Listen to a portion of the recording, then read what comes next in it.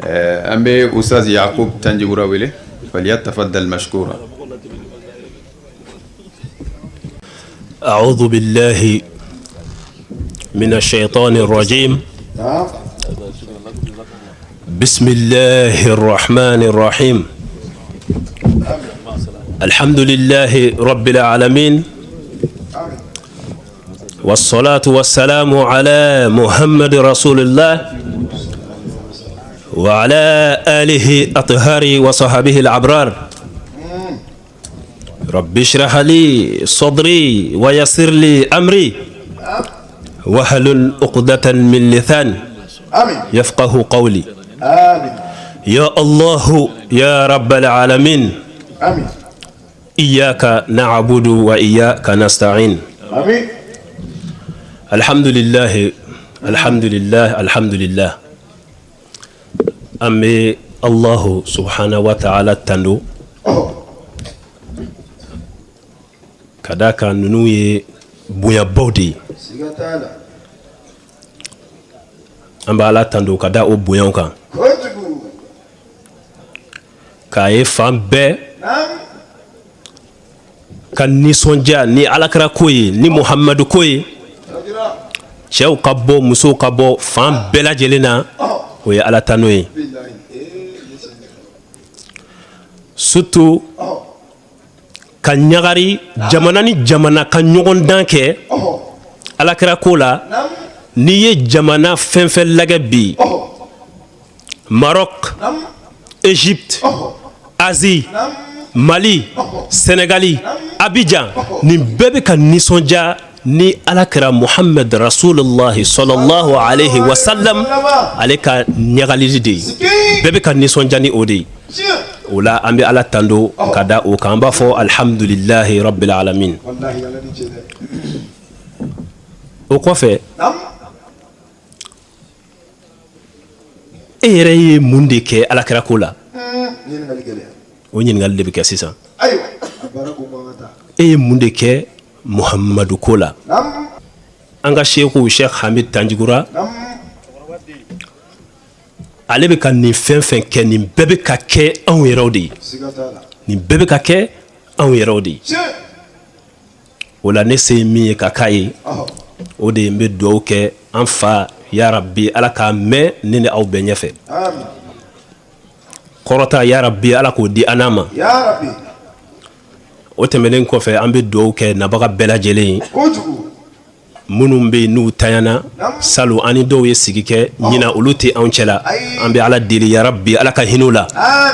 ala ka yafu ma, ala k'u kaburu nɔrɔ. Alhamdulillah,